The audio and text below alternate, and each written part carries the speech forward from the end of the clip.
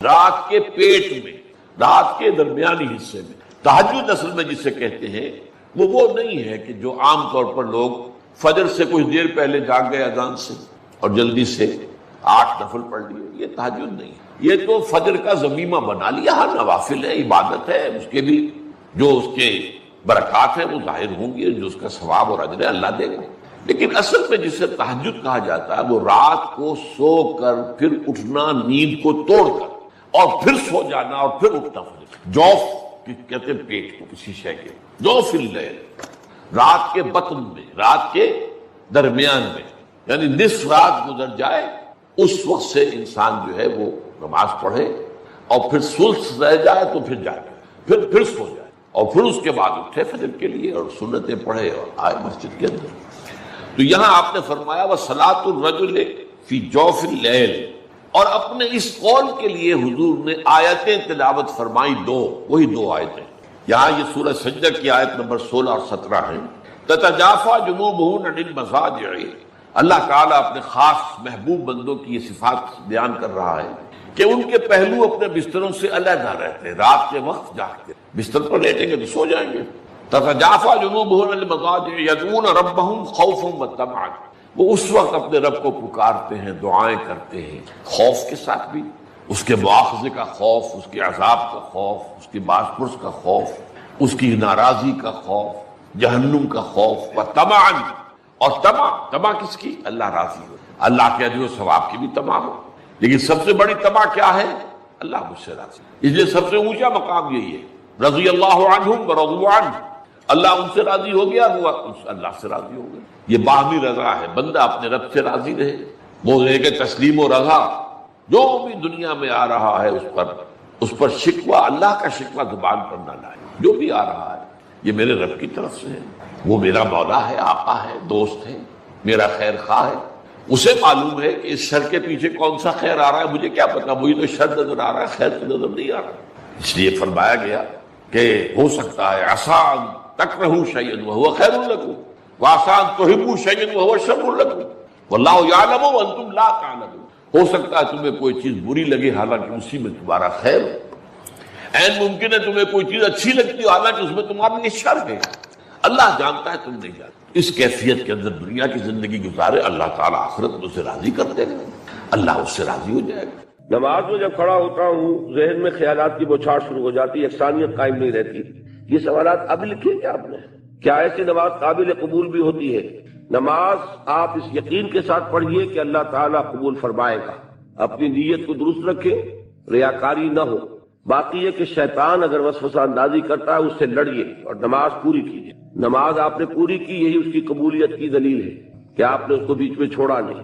باقی یہ ہے کہ خیالات کا آنا جو ہے اس کا سبب یہ ہے کہ ہماری عام طور پر جو سوچ جو ہے وہ ساری دنیا ہی کے بارے میں رہتی ہے، دین کے بارے میں ہم سوچتے نہیں، تو نماز میں بھی وہی سوچ آ کر ہمارے اوپر مسلط ہو جاتی ہے۔ علاج یہ ہے کہ آپ زیادہ اپنے اوپر دین کی فکر اور دین کی سوچ کو غالب کریں، تو اسی کی انشاءاللہ تعالی ریفلیکشن نماز میں بھی ہو۔ وسوسوں اور برے خیالات سے بچنے کا نسخہ، آسان نسخہ عطا فرمائے اللہ کریم، آپ کو اجر عظیم عطا فرمائے، اور اس درس کی بدولت مسلمان جو اس میں موجود ہیں اور جن تک یہ پہنچے انہیں بھی اللہ رب العزت اسلام پر مکمل عمل کی توفیق عطا فرمائے۔ آپ کا بہت شکریہ، آپ نے ہم سب کے لیے دعائیں کی ہیں، آمین کہیں، آمین یا رب العالمین۔ وسوسوں سے بچنے کا آسان نسخہ یہ ہے کہ اپنے ذہن پر ایک دھن ایسی سوار کر لو کہ باقی تمام چیزیں اس میں سے نکل جائیں۔ حدیث نبوی ہے من جعل ہمومہ ہما واحدا ہم الآخرۃ کفى اللہ جمیع ہمومہ فی الدنیا، یعنی اپنے تمام تفکرات کو ایک فکر میں گم کر دو اور وہ آخرت کا فکر ہو۔ جب سارے فکر اس کے تابع ہو جائیں گے تو ذہن ہمیشہ اسی میں لگے گا، نماز میں بھی آپ کھڑے ہوں گے تو جب دوسری چیزیں سب کی تابع ہو چکی ہیں تو اب وسوسے نہیں آئیں گے۔ لیکن اگر آپ نے اللہ اور دین اور رسول کو تو دماغ کی ایک گوشے میں گٹھڑی میں باندھ کے رکھا ہوا، باقی سارے دماغ پر قبضہ ہے دولت کا، شہرت کا، وجاہت کا، رشتوں کا، حیثیتوں کا، تو ظاہر بات ہے نماز میں تو پھر جو دماغ میں جو ہوگا چکی وہی کچھ پیسے گی جو اس کے اندر ہے، آپ نے ڈالا وہی وہ ہے۔ تو نماز میں یہی ہوگا کہ آپ جو ہے وہ کہیں گے کچھ الحمدللہ رب العالمین الرحمن الرحیم، اور خیال یہ ہوگا کہ فلاں جو ہے میری دکان پر فلاں چیز ختم ہوئی تھی، وہ آیا تھا گاہک میں نہیں دے سکا، اب مجھے جا کر خریدنی ہے، اس لیے کہ آپ کے ذہن پر وہی بستانی ہے۔ تو ہونا یہ چاہیے کہ فکر، اللہ کی محبت، اللہ کے مطلوب و مقصود ہونے کی کیفیت، آخرت کا تصور، اس کی جواب دہی، یہ چیزیں اتنی چھا جائیں کہ پھر یہ کہ شیطان کو بھی داخل ہونے کے لیے بڑی محنت کرنی پڑے، مشقت کرنی پڑے اس کے اندر کوئی ہیڈ وے بنانے کے لیے۔ لیکن اگر سارا کچھ ہم نے اپنے دماغ کے اندر وہی کچھ رکھا ہوا ہے تو وہی چکی جو ہے وہ پستی رہے گی۔ نمبر 2، نماز پڑھتے ہوئے مجھے یہ احساس کیوں نہیں ہوتا کہ میں اس کائنات کے رب کے سامنے کھڑا ہوں؟ مجھے اس سے ڈر کیوں نہیں لگتا؟ مجھے اس کی موجودگی کا احساس کیوں نہیں ہوتا؟ مجھے تو بتایا گیا تھا خواتین کی طرف سے سوال ہے، یہاں تو آ گیا کہ کھڑا ہوں، مجھے اس سے ڈر کیوں نہیں لگتا؟ مجھے اس کی موجودگی کا احساس کیوں نہیں ہوتا؟ اس کا تعلق ہے یقین کی گہرائی سے۔ اس پر حقیقت ایمان کے ضمن میں میری ایک کتاب بھی موجود ہے، اسے پڑھیے۔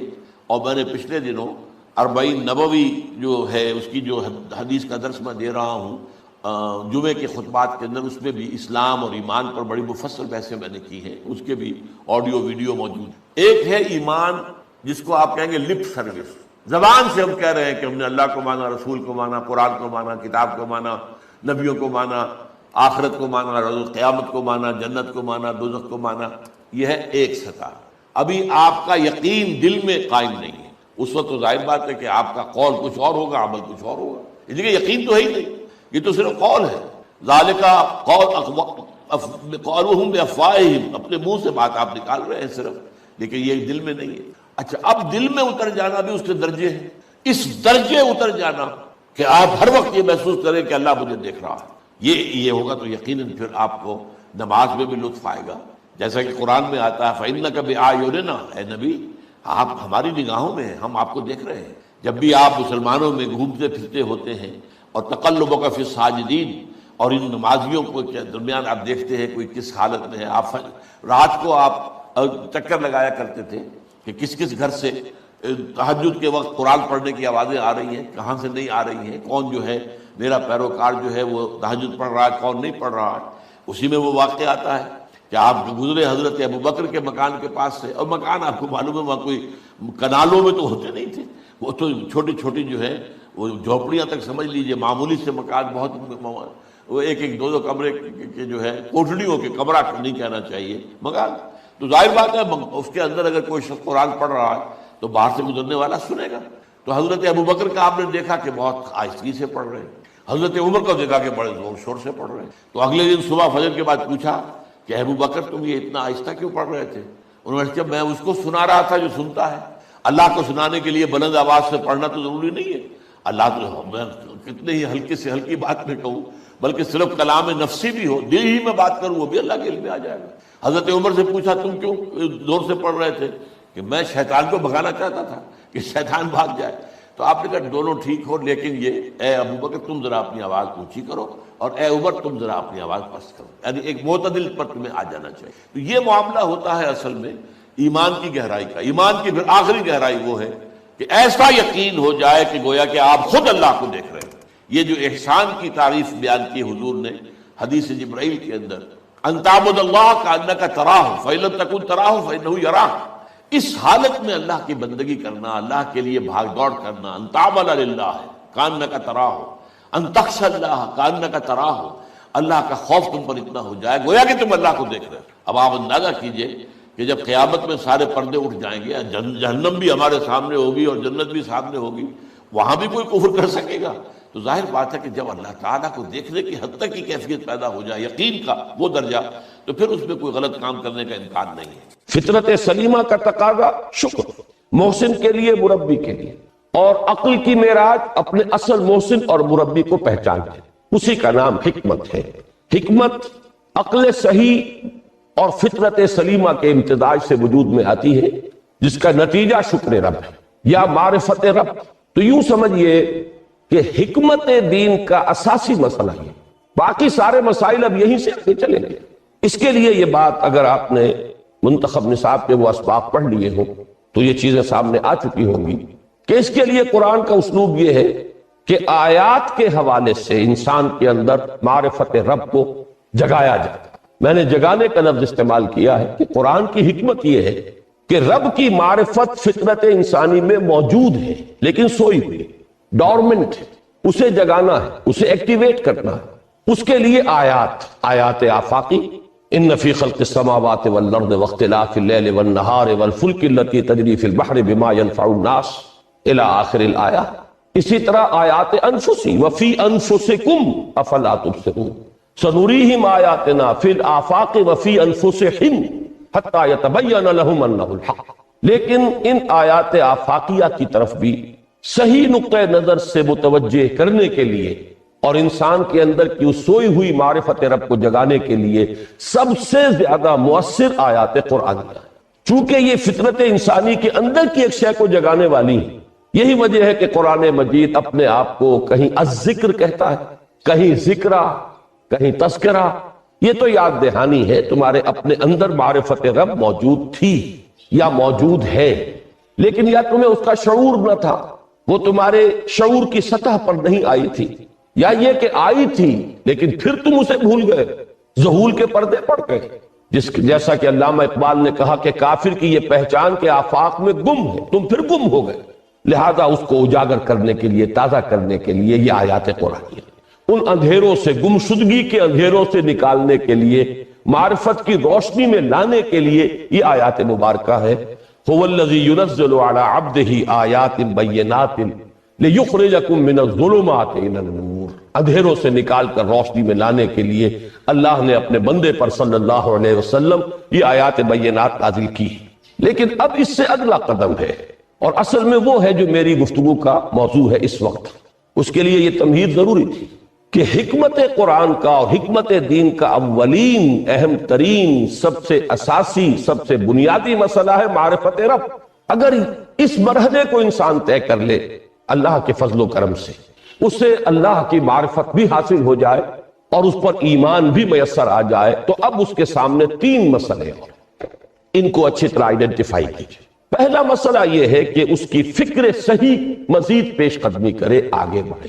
یہ تو اس کا سٹارٹنگ پوائنٹ تھا، رب کو پہچان لینا۔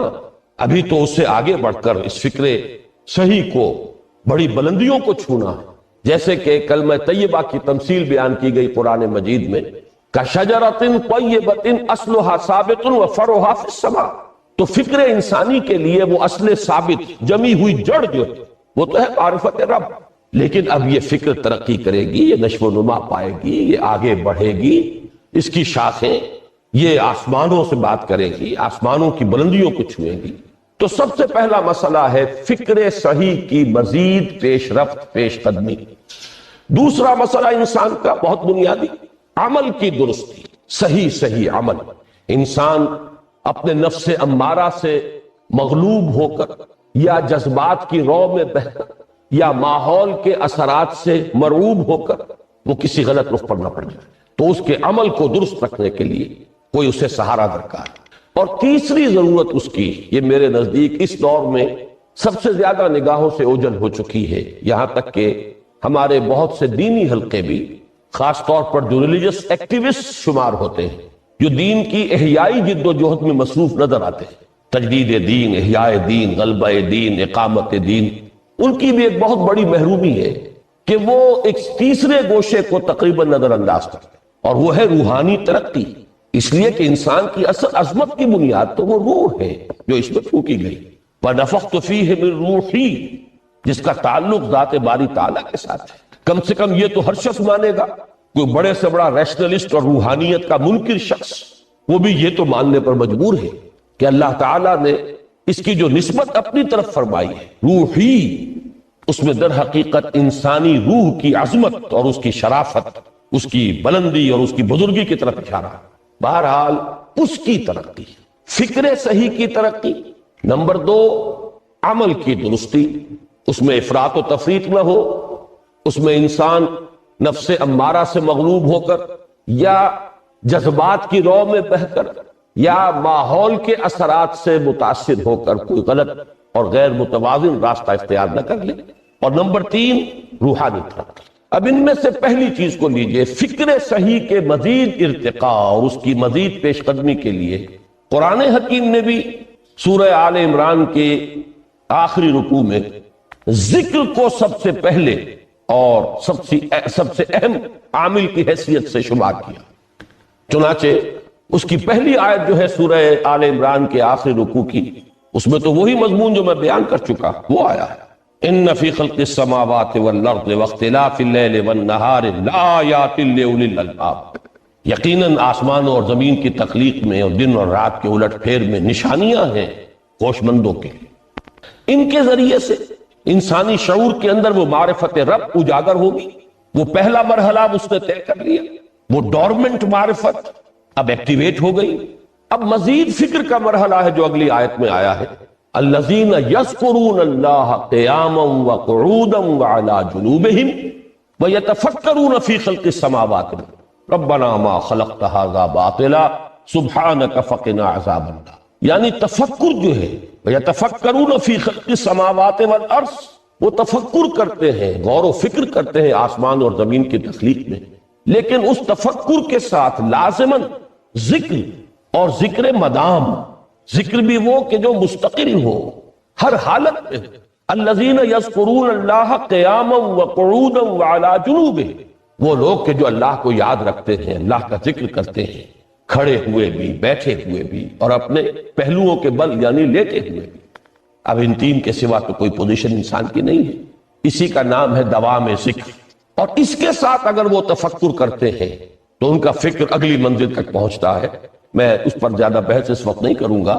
اس وقت میں نے چونکہ وہ تین باتیں بیان کی تھی، میں درجہ بدرجہ چاہتا ہوں کہ آگے بڑھوں اور ایک حد سے زیادہ کسی بھی مسئلے میں تجاوز نہ کریں. یہ جو بات سورہ آل عمران کی آخری رکوع کی اس دوسری آیت میں آئی ہے، اسی کو مولانا روم نے بیان کیا ہے بہت ہی سادہ لیکن بڑے پرمغز شعر میں. این قدر گفتیم باقی فکر کن، فکر اگر جامد بوت رو فکر کن. اس قدر تو ہم نے تمہیں بتا دیا، سمجھا دیا، یہ بات تو آ گئی تمہارے عقل میں، اب جاؤ خود غور کرو، مزید آگے پیش قدمی کرو. این قدر گفتیم باقی فکر کن، فکر اگر جامد بوت رو فکر کن. فکر میں جمود آ جائے، فکر سست پڑ جائے تو جاؤ پھر ذکر کرو. تو یہ ذکر اور فکر گویا کہ گاڑی کے دو پہیے ہیں کہ جن سے فکر انسانی صحیح رخ پر آگے بڑھے. اگر یہ ذکر ساتھ نہیں رہے گا تو فکر انسانی کج ہو جائے. تاثریا میرا دیوار کج، پھر وہ فکر جو ہے وہ بلندی کو کتنے ہی پہنچ جائے لیکن وہ ٹیڑھی بلندی ہوگی، وہ صراط مستقیم پر پیش قدمی کرنے والا فکر نہیں ہوگا. اسی کو علامہ اقبال نے اپنے دو اشعار میں، کیونکہ انہوں نے مولانا روم کو اپنا پیر بھی تسلیم کیا ہے، مرشد رومی، تو یہ فکر جو ہے، یہ خیال جو مولانا روم نے پیش کیا، اسی کو علامہ اقبال نے دو اشعار میں میں سمجھتا ہوں کہ مزید شکوہ کے ساتھ، مزید خوبصورت اور حسین انداز میں پیش کیا ہے. جز بقرآن زے غمی روباہی است، فقر قرآن اصل شاہنشاہی است. قرآن کے بغیر اگر کوئی شعر بھی ہو تو وہ بھی اصل میں لومڑی ہے، اس کی کوئی حقیقت نہیں، اس لیے کہ اصل شاہنشاہی جو ہے وہ تو فقر قرآن ہے. اب فقر قرآن کیا ہے؟ فقر قرآن اگر آپ لکھا ہوا دیکھیں گے اس کو تو اس کے آگے یہاں اب سوالیہ نشان آ جائے گا. فقر قرآن یعنی سوچو فقر قرآن کیا ہے، اور جواب ہے اختلاط ذکر و فکر. فقر قرآن امتزاج سے وجود میں آتا ہے کہ اس میں ذکر بھی ہو فکر بھی ہو. اور فکر را کامل نہ دیدم جس میں ذکر، میں نے فکر کو کبھی بھی اپنی منزل مقصود تک پہنچتا ہوا نہیں پایا جب تک کہ اس کے ساتھ ذکر نہ ہو. تو پہلی شے تھی فکر انسانی کی صحیح رخ پر مزید پیش قدمی اور پیش رفت، اور اس کے لیے لازم ہے ذکر و فکر کا امتزاج. دوسری چیز کو لیجئے عمل کی درستی. اس عمل کی درستی کے لیے اللہ تعالیٰ کے ساتھ ایک گہرے تعلق کی درستی، اس لیے کہ صبر کی بحث میں یہ مضامین شاید آپ کے سامنے آ گئے ہوں کہ صبر جہاں مصیبت پر صبر ہوتا ہے، تکلیف پر صبر ہوتا ہے، اللہ کے احکام پر جمنا یہ بھی صبر ہے، نفس کی خواہشات کی باغ کو تھام کر رکھنا، کھینچ کر رکھنا یہ بھی صبر ہے، اور استقامت کسی شے پر قائم رہنا یہ بھی صبر ہے. تو عمل صحیح پر استقامت کے لیے وَاصْبِرْ وَمَا صَبْرُكَ إِلَّا بِاللَّهِ، اس صبر کی سب سے اہم جو بنیاد ہے، اس کا جو سب سے بڑا ذریعہ ہے، اس کا جو سب سے بڑا سہارا ہے، وَمَا صَبْرُكَ إِلَّا بِاللَّهِ، اس کے لیے ضرورت ہے ایک گہرے تعلق کی کہ اللہ کے ساتھ ایک ایسا تعلق برقرار رہے جو نہ صرف گہرا ہو بلکہ دائم و قائم مسلسل. ذرا ظہول ہوگا تعلق مع اللہ میں ذرا کمی آئے گی شیطان کا وار کاری ہو جائے. اسی کو حضور نے حدیث میں یوں تعبیر کیا ہے تمثیلاً کہ جو دل اللہ کی یاد سے غافل ہے اس پر فارسی کا وہ مقولہ بھی ہے کہ خانہ خالی را دیو میں گیرت، گھر خالی رہے تو جنات اس پر دیو جو ہے آ کر قبضہ جما لیتے ہیں. تو خانہ خلق قلب جو ہے اگر یاد خدا بندی سے خالی ہو گیا تو شیطان ابلیس لعین اپنی تھوتنی ٹکا دیتا ہے.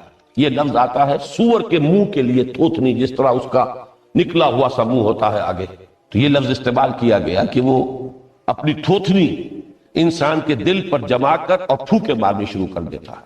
تو شیطان کو موقع ہی تب ملتا ہے جب انسان کے تعلق مع اللہ کے اندر کمی، وہ خانہ بالکل خالی ہو گیا ہو یا اتنا ضعیف ہو گیا ہو کہ کل عدم ہو جائے، گویا کہ نہیں. تیسری چیز کی طرف آئیے، روحانی ترقی. روحانی ترقی کے لیے میں ایک اصطلاح کے سامنے لا رہا ہوں. اس سے مراد کیا ہے؟ روحانی ترقی کے لیے ہماری دینی اصطلاح ہے تقرب الی اللہ، اللہ سے قریب تر ہوتے چلے جانا. اس پر میرا ایک کتابچہ بھی ہے، تقرب الی اللہ کے 2 مدارج، 2 درجے، جو در حقیقت ایک حدیث نبوی علیہ الصلوۃ والسلام ہی پر مبنی ہے کہ حضور نے ایک درجہ قرار دیا ہے تقرب بالفرائض، فرائض کے ذریعے سے انسان اللہ کا قرب حاصل کرے. ایک ہے تقرب بالنوافل، نوافل کے ذریعے سے اللہ کا قرب حاصل کرے. ان میں کیا نسبت و تناسب ہے، اہمیت کے اعتبار سے کون بڑھ کر ہے، بلندی کے اعتبار سے کون بڑھ کر ہے، یہ تمام مسائل میں نے اپنی اس تقریر میں بیان کیے تھے جو اس کتاب میں شائع ہوئی ہے.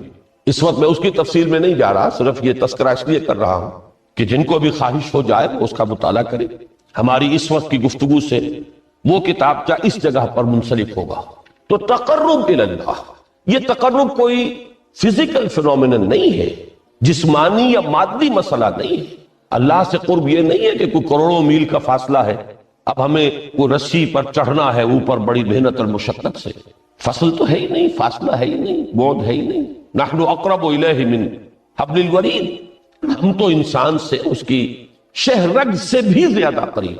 ہوا معکم اینما کنتم، وہ تو تمہارے ساتھ ہی ہوتا ہے جہاں کہیں بھی تم ہو، بس صرف یہ کہ تمہاری توجہ نہیں ہوتی، تم اور چیزوں میں مشغول و مصروف رہتے ہو، تم ہماری طرف دھیان ہی نہیں دیتے، تم ہماری طرف متوجہ ہی نہیں ہوتے. ہم تو مائل بے کرم ہے، کوئی سائل ہی نہیں، راہ دکھلائیں کسے رہنو منزل ہی نہیں. انسان جب متوجہ ہو جاتا ہے اور بڑھتا ہے، آگے پیش قدمی کرتا ہے روحانی اعتبار سے، تو یہ ہے در حقیقت تقرب الی اللہ، اور اسی کو ہم کہیں گے روحانی ترقی. اب ان 3 چیزوں کو اگر آپ نے ذہن میں جما لیا، پھر میری بات کی ترتیب اس کو ذہن میں قائم کیجئے. ہم چلے کہاں سے؟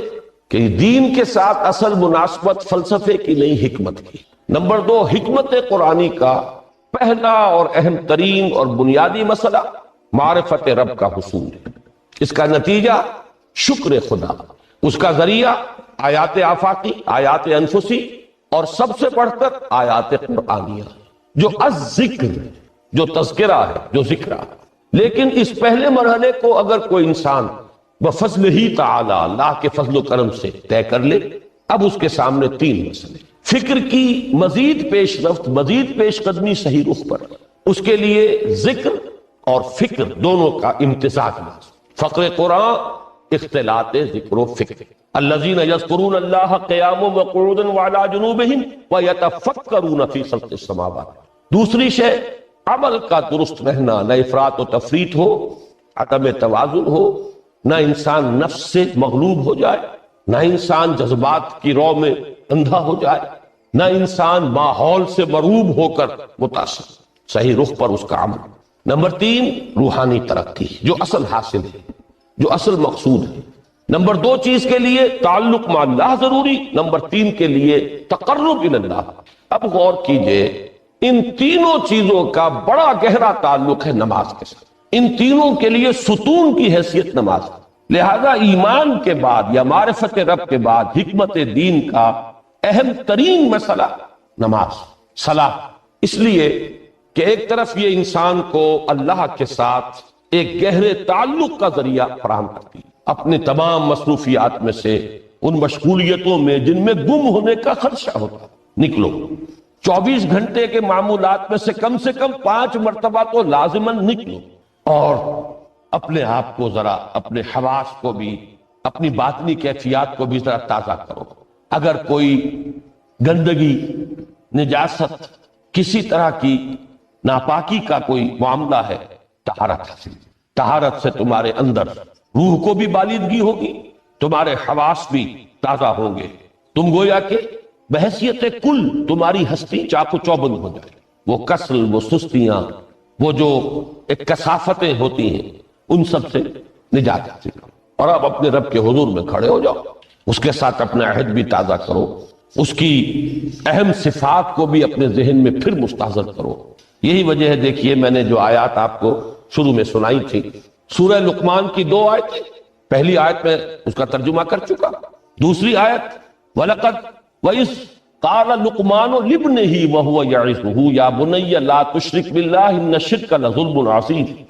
اس کے بعد درمیان میں کچھ مضمون آ کر پھر وہ آیہ مبارکہ آئی، یا بنی اقم الصلاۃ وامر بالمعروف وانہی عن المنکر واصبر علی ما اصابک۔ گویا کہ اہم ترین چیز، بنیادی ترین چیز، اللہ کو محض پہچان لینا کافی نہیں ہے، یاد رکھنا ضروری ہے۔ اللہ یاد رہے گا تو فکر صحیح آگے بڑھے، اللہ یاد رہے گا اور اس کے ساتھ ایک گہرا تعلق جو ہے برقرار رہے گا تو عمل درست رہے۔ بالکل یہی بات سورہ طٰہٰ میں جو پہلی وحی حضرت موسیٰ علیہ السلام پر ہوئی، اور پہلا مخاطبہ ہے، چونکہ حضرت موسیٰ کو یہ انبیاء کرام کے مقدس گروہ میں ایک امتیازی حیثیت حاصل ہے کہ ان سے براہ راست گفتگو ہوئی ہے، اگرچہ صرف ایک پردہ تھا، اوٹ من ورائے حجاب گفتگو ہوئی ہے، لیکن یہ کہ کوئی فرشتے کا درمیانی جو ہے وہ لنک نہیں تھا، براہ راست اللہ تعالیٰ نے حضرت موسیٰ علیہ السلام سے کلام فرمایا۔ کلم اللہ موسیٰ تکلیما، موسیٰ سے تو اللہ نے کلام فرمایا جیسے کہ کلام کیا جاتا۔ تو پہلا مخاطبہ ہے، یہ پہلا مکالمہ ہے، پہلی وحی کہیے، اسی میں یہ الفاظ بھی موجود ہیں، اننی انا اللہ لا الہ الا انا فاعبدنی واقم الصلاۃ لذکری۔ یہ گویا کہ حکمت قرآنی کا ایک بہت بڑا خزانہ ہے یہ آیت کہ خود حضرت موسیٰ علیہ السلام کو جو ہدایت دی جا رہی ہے، میں ہوں، میں اللہ، اننی انا اللہ لا الہ الا انا، میرے سوا کوئی معبود نہیں، فاعبدنی، بس میری بندگی، میری عبادت، میری پرستش، میری محبت، اس کو اختیار کرو۔ وَأَقِمِ الصَّلَاةَ لِذِكْرِي، اور نماز کو قائم رکھو میری یاد پہ۔ بلکہ اسی سلسلہ کلام میں آگے چل کر سورہ طٰہٰ میں آتا ہے، کافی گفت و شنید کے بعد جب حضرت موسیٰ نے کچھ معذرت بھی کی، کچھ دعائیں بھی کی، اللہ نے ایک دعا قبول بھی کی کہ ان کے بھائی کو بھی شریک کر دیا، حضرت ہارون کو بھی۔ اس کے بعد پھر جب فرمایا کہ اب جاؤ فرعون کی طرف، تو اس میں فرمایا وَلَا تَنِيَا فِي ذِكْرِي، اور دیکھنا یہ جو عظیم مشن تمہارے کندھے پر آ گیا ہے، بڑا بھاری اور کٹھن ایک فرض ہے جو تم پر عائد ہو گیا، اس کے لیے سب سے بڑی تمہارے پاس جو قوت کا ذریعہ ہے وہ نماز ہے۔ اقیم فَلَا تَنِيَا عَن ذِكْرِي، میری یاد میں کبھی غفلت نہ کرنا، اس میں کبھی کوئی کمی نہ آنے دینا۔ جیسا کہ میں نے عرض کیا تھا کہ جیسے ہی وہ تعلق جو ہے کمزور پڑتا ہے یا منقطع ہو جائے معاذ اللہ، تو پھر انسان گویا کہ شیطان کے لیے ایک لقمہ تر بن۔ اب آپ غور کیجئے، تیسری شے تقرب الی اللہ، اس کے حوالے سے بھی جو فرائض اور نوافل کی بات ہے اس کو اس وقت ذہن سے نکال کر یہ سمجھیے کہ اس میں نماز کا کیا مقام ہے، اس لیے کہ نماز فرض بھی ہے، نماز نفل بھی ہے، وہ تو ان دونوں میں شریک ہو جائے۔ اب اس کو لفظ صلاۃ کے حوالے سے آپ ان دونوں چیزوں کو سمجھیں۔ صاد لام واو یا یہ چونکہ حروف علت ایک دوسرے سے بدلتے رہتے ہیں، یہ جو مادہ ہے اس کی جو خالص لغوی اصل ہے، جو خالص عربی زبان میں اس کا بنیادی مفہوم ہے، وہ آگ جلانا یا آگ تاپنا یا آگ سینکنا، حرارت حاصل۔ لہذا بار بار آتا ہے جہنم کے ذکر میں، اسلوہا، اب جلو اس میں، تاپو اس کو، یہ سینکے گی تمہیں۔ بلکہ تفتلون کا لفظ آیا ہے حضرت موسیٰ کے کلام میں، جب وہ گئے تھے کوہ طور پر، جب پہنچ گئے تو تھے آگ کی تلاش میں، لعلکم تفتلون، تو اپنے اہل خانہ سے یہی کہا تھا کہ مجھے کہیں وہ روشنی نظر آ رہی ہے، غالباً کوئی وہاں سے آگ مل سکے گی، ورنہ یہ کہ کوئی رہنمائی کو رستہ مجھے مل سکے گا، میں وہ آگ لے آؤں گا، کوئی چنگاری وہاں سے لے آؤں، لعلکم تستلون، تاکہ تم، اب یہ اصطلاح در حقیقت باب افتعال ہے، اور یہ تے یہاں پر توئے کی شکل اختیار کر گئی، تا نے توبن کی صورت اختیار کی صاد کی وجہ سے۔ بہرحال اس کا سب سے بنیادی مفہوم جو ہے وہ ہے تاپنا، سکائی حاصل کرنا، حرارت۔ اس کے حوالے سے سمجھ لیجئے کہ سب سے بنیادی تعلق اس کا جو ہے وہ روح کے ساتھ۔ روح میں محبت خداوندی کی آگ اگر ٹھنڈی پڑ گئی، اگر محبت خداوندی کی حرارت میں کمی ہو گئی، تو اس کو اثر نو، جس کو کہ میں آج سوچ رہا تھا تو ایک لفظ ذہن میں آیا کہ جیسے بیٹری اس کو ریچارج کیا جاتا، اسی طریقے سے روح کے اندر محبت خداوندی کی اس حرارت کو اثر نو تازہ کرنا، یہ ہے در حقیقت نماز کا اصل۔ اس لیے کہ اس لفظ کا بنیادی مفہوم، اصل لغوی مفہوم تو یہ، اگرچہ اس کا سب سے زیادہ کثرت سے جو استعمال ہوتا ہے، اور لفظ صلاۃ جس سے در حقیقت جس تصور پر مبنی ہے وہ ہے اقدام، کسی کی طرف متوجہ ہونا، اور پھر دعا۔ صلاۃ کا سب سے قریبی مفہوم لفظی جب بیان کیا جائے گا، اس سے مراد، اس کے معنی، تو دعا اس میں اہم ترین، کسی کی طرف توجہ کرنا، مناجات کرنا، گفتگو کرنا، مخاطبہ، مکالمہ، دعا، یہ در حقیقت صلاۃ کا سب سے بڑا اصطلاحی مفہوم ہے۔ لیکن جو اس کا مادہ ہے، صاد لام واو یا صاد لام یا، اس کا اصل مفہوم جو ہے وہ تاپنا، حرارت حاصل کرنا۔ تو ان دونوں کے حوالے سے عرض کرتا ہوں، وہ تاپنا اور حرارت حاصل کرنا وہ ہے روح کے اعتبار سے۔ وہ جو کہا اقبال نے کہ بجھی عشق کی آگ اندھیر ہے، مسلمان نہیں راہ کا ڈھیر۔ یہ عشق کی آگ جب بجھ جاتی ہے، در حقیقت یہی تو انسان کی روحانی موت ہے۔ یہ اب یہ نہ رہے تو چاہے منطق میں بہت انسان ماہر ہو، مجھے اقبال کا ایک شعر یاد آیا، تقابل کرتے ہوئے ایک انسان محکوم اور ایک انسان حر، آزاد انسان، ان کی نفسیات میں جو بنیادی فرق علامہ اقبال نے مختلف مواقع پر بیان کیے ہیں۔ محکوم ہے بیگانہ اخلاص و مروت، ہر چند کے منطق کی دلیلوں میں ہے چالاک۔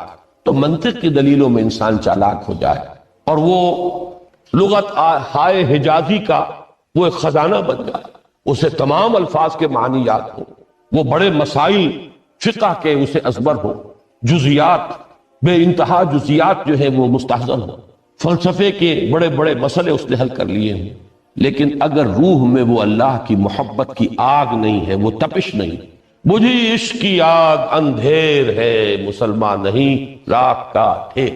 اسی کے حوالے سے آج مجھے یاد آیا تھا کہ وہ جو بڑی سادہ سی ایک نظم ہے، اللہ تعالیٰ سے دعا، یا رب دل مسلم کو وہ زندہ تمنا دے، اس میں بھی جو الفاظ آئے جو روح کو گرما دے اور قلب کو تڑپا، یہ ہے اصل جو مقصود ہے نماز۔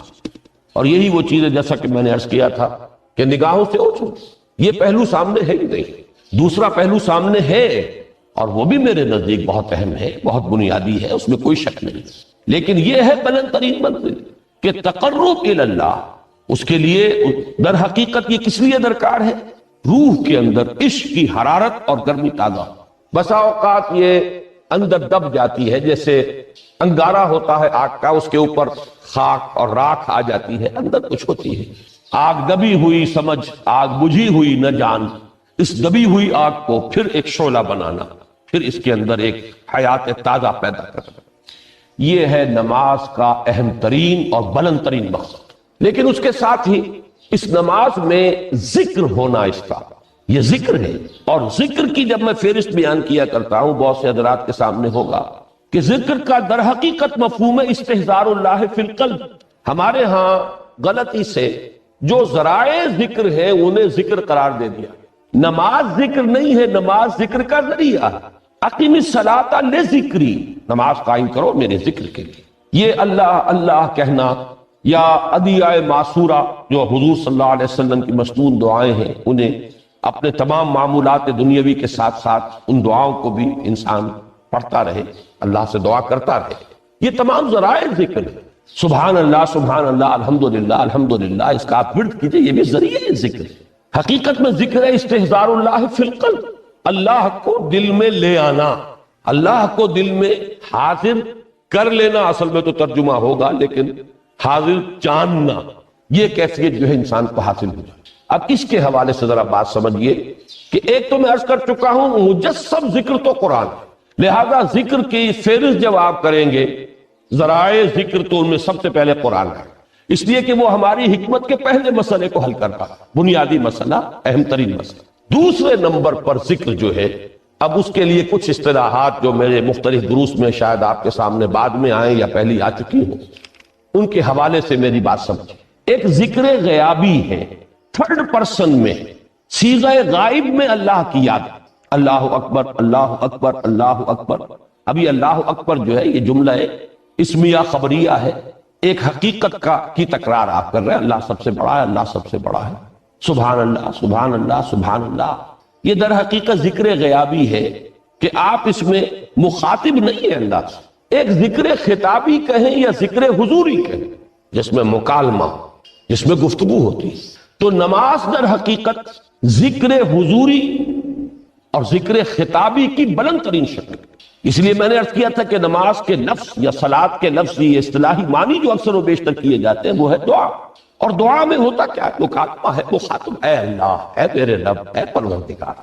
پھر یہ کہ اس میں اقدام اور کسی کی طرف متوجہ ہونا، یہی وجہ ہے کہ افتتاح صلاۃ، نماز کو شروع کرنے کے لیے ایک تو وہ الفاظ جو قرآن مجید میں آئے ہیں، انی وجہت وجہی للذی فطر السماوات والارض حنیفا وما انا من المشرکین۔ یہ ہے توجہ کا ارتکاز، بشرطے کہ یہ صرف الفاظ ہی نہ نکل رہے ہوں، واقعتاً یہ تعبیر ہو اس وقت کی انسان کی نفسیاتی کیفیت کی، کہ شعوری طور پر وہ فیصلہ کرتا ہے کہ اب میں منقطع ہو رہا ہوں، ہر چہار طرف سے اپنی توجہ کو ہٹا کر، ہر مسئلے سے اپنے آپ کو خالی و ذہن کر کے، یعنی ظاہری اور باطنی دونوں اعتبار سے میں اپنی توجہ کا ارتکاز کر رہا ہوں اس ذات کی طرف جس نے آسمانوں اور زمین کو پیدا کیا، اور بالکل یکسو ہو کر کرتا۔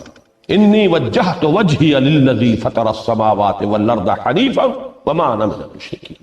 اور دوسری وہ جو دعا جس سے ہم افتتاح کرتے ہیں اپنی نماز کا، دیکھیں اس میں خطاب کا کس قدر اہتمام، وہاں سبحان اللہ نہیں ہے، سبحانک اللہم، پاک ہے تو اے رب ہمارا، وبحمدک وتبارک اسمک وتعالی جدک۔ ہم غور کر رہے ہیں، یہ ہے تخاطب، براہ راست مخاطب ہونا۔ یہ گویا کہ لب لباب میں آپ کے سامنے عرض کر رہا ہوں علامہ اقبال کے خطبے کا، دی میننگ آف پریئر ان اسلام۔ خطبات جو ہیں ان کے مشہور، ان میں غالباً یہ تیسرا یا چوتھا لیکچر ہے کہ اس میں تصور یہ دیا گیا ہے کہ دو ہی انائیں ہیں، ایک انائے کبیر، اننی انا اللہ لا الہ الا انا، یہ وہ انائے کبیر ہے، انائے مطلق ہے، میں، بہت بڑی میں، جس کو کہ علامہ اقبال نے کہا دی بگ آئی ایم۔ یہ بگ آئی ایم جو ہے وہ سورہ طٰہٰ کی اس آیت میں ہے، اور میرے علم کی حد تک کوئی اور مقام نہیں ہے جس میں اس قدر جلال اللہ نے اس طور سے اپنی انانیت کبریٰ اور انانیت مطلقہ کا اظہار اس بلند آہنگ کے ساتھ کیا ہو، اننی انا اللہ لا الہ الا انا۔ وہ انائے کبیر اور یہ انائے صغیر، یہ انائے محدود، یہ چھوٹی سی ایک انا ہے، میں، یہ میں ہوں۔ آپ جب کہتے ہیں میں، بڑی محدود سی ایک انا، دی فائنائٹ ایگو، انائے محدود اور انفائنائٹ ایگو۔ اور صلاۃ اصل میں کیا ہے؟ اس چھوٹی انا کا بڑی انا کے سامنے آ کر، روبرو ہو کر، وہ جو کبھی ٹیلی ویژن کا ایک پروگرام ہوا کرتا تھا، روبرو ہو کر خطاب۔ ایک ہے وہ صیغہ غائب میں تکرار، سبحان اللہ سبحان، وہ بھی بہت اہم ہے، اس کا اپنی جگہ پر فائدہ ہے، لیکن ہر شے کے درجے ہیں۔ اگر حفظ مراتب نہ کنی زندگی، اگر آپ ان کے درجوں کا علیحدہ علیحدہ لحاظ نہیں کریں گے تو غلط رخ پر پڑ جائے گا۔ تو یہ جو دو ذکر خطابی یا ذکر حضوری، نماز اصل میں اس کی بلند ترین شکل، یہی وجہ ہے کہ سبحانک اللہم وبحمدک وتبارک اسمک وتعالی جدک ولا الہ غیرک۔ اس کا کی جس قدر تکرار یہاں پر ہے، آپ نے غور کیا، اس میں خطاب ہے، یا پھر یہ کہ یہ کا کی اس طرح کی تکرار آپ کو دعائے قنوت میں ملے گی، اللہم انا نستعینک ونستغفرک ونؤمن بک ونتوکل علیک ونثنی علیک الخیر ونشکرک ولا نکفرک۔ اب یہ جو ہے یہ در حقیقت خطاب کا اندازہ ہے کہ براہ راست گفتگو ہو رہی ہے۔ تو سب سے پہلی بات تو یہ ہوئی کہ ذکر کی ایک شکل ہے ذکر غیابی، دوسری ذکر حضوری، اور ذکر حضوری یا ذکر خطابی کی بلند ترین منزل، بلند ترین اس کا ذریعہ نماز۔ اس کو ایک پہلو سے اور سمجھ لیجئے، سورہ فاتحہ جب پھر ہم پڑھتے ہیں جسے الصلاۃ کہا گیا ہے، جو لب لباب ہے، خلاصہ، اس میں پھر تدریجاً غیاب سے حضور کی طرف پیش قدمی ہوتی ہے۔ الحمدللہ رب العالمین الرحمن الرحیم مالک یوم الدین، یہ ذکر غیابی ہے، اس میں ابھی خطاب نہیں آیا، یہ وہی جملہ اسمیہ ہے، کل تعریف اس اللہ کے لیے ہے جو تمام جہانوں کا پروردگار ہے، مالک ہے، جو رحمان ہے، رحیم ہے، جزا و سزا کے دن کا مختار و مالک ہے۔ اب یہ غیاب سے حضور کی طرف، ایاک نعبد و ایاک نستعین اہدنا الصراط، یہ ہے وہ۔ اب پہلے ایک معاہدہ ہے، ایک اقرار ہے، اعتراف ہے، وعدہ ہے، اور پھر دعا ہے، استدعاء۔ یہ ہے غیاب سے حضور کی طرف تدریجاً ارتقاء۔ یہی وجہ ہے، اب نوٹ کر لیجئے، وہ چھوٹی سی حدیث یہ بھولنی نہیں چاہیے، الصلاۃ معراج المومنین، اس لیے کہ مخاطبہ الہی براہ راست حضور کو جو حاصل ہوا وہ معراج میں ہوا، التحیات کا مکالمہ وہی ہوا، لہذا اس کو نوٹ کر لیجئے کہ باقی جو وحی ہوئی ہے حضرت جبرائیل کے ذریعے سے ہوئی ہے، یا کوئی الہام ہوا ہے حضور کے قلب مبارک پر کوئی شے القاء کی گئی ہے، تو وہ دوسری نوعیت کی وحی ہے۔ وہ جو مخاطبہ حضرت موسیٰ علیہ السلام کو وہ اس دنیا ہی میں حاصل ہوا کوہ طور کی بلندیوں پر، یہی ان کی امتیازی شان ہے، کلم اللہ موسیٰ تکلیما۔ یہ براہ راست مخاطبہ جو ہے یہ حضور صلی اللہ علیہ وسلم کو معراج کی شب یہ آپ کو حاصل ہوا، اور حضور نے اسی لیے نماز کو معراج المومنین قرار دیا، اس لیے کہ اس میں وہی براہ راست مخاطبہ، مکالمہ اور وہی گفتگو ہے جو ہو رہی ہے۔ اس کے ضمن میں وہ حدیث، اب اس وقت شاید میرا وقت ختم ہونے کے قریب ہو، لیکن وہ حدیث جو اس اعتبار سے حدیث قدسی ہے، اگرچہ بعد میں اس کے جو مزید تفصیل ہے تو حضور صلی اللہ علیہ وسلم نے گویا کہ خود بیان کی ہے، لیکن مسلم شریف کی روایت ہے حضرت ابو ہریرہ رضی اللہ تعالی عنہ سے کہ حضور نے فرمایا، یقول اللہ تعالی، اللہ یہ فرماتا ہے، اسی لیے اس کو حدیث قدسی کہیں گے، قسمت الصلاۃ بینی و بین عبدی نصفین، میں نے نماز کو اپنے اور اپنے بندے کے مابین آدھا آدھا تقسیم کر۔ اب یہاں تک تو جملہ ہے اللہ کا، یہ ہے حدیث قدسی۔ اب آگے جو ہے نریشن اس کی جو ہے حضور صلی اللہ علیہ وسلم کی جانب سے ہے، یعنی خبر دے رہے ہیں وہ اللہ کی طرف سے ہی۔ ویسے تو تمام احادیث ہی گویا کہ ہم سمجھتے ہیں انسپائرڈ تو اللہ کی طرف سے ہی، لیکن یہ کہ جہاں صراحت ہو کہ اللہ کہتا ہے وہ حدیث قدسی۔ تو یقول اللہ تعالی قسمت الصلاۃ بینی و بین عبدی نصفین، یہاں تک تو حدیث قدسی۔ اب دوسری عام حدیث ہے، اذا قال العبد الحمد للہ رب العالمین یقول اللہ تعالی حمدنی عبدی، جب بندہ کہتا ہے الحمدللہ رب العالمین، پروردگار کہتا ہے میرے بندے نے میری حمد کی۔ جب بندہ کہتا ہے الرحمن الرحیم، پروردگار فرماتا ہے ثنا علی عبدی، میرے بندے نے میری ثنا کی، بڑی تعریف کی۔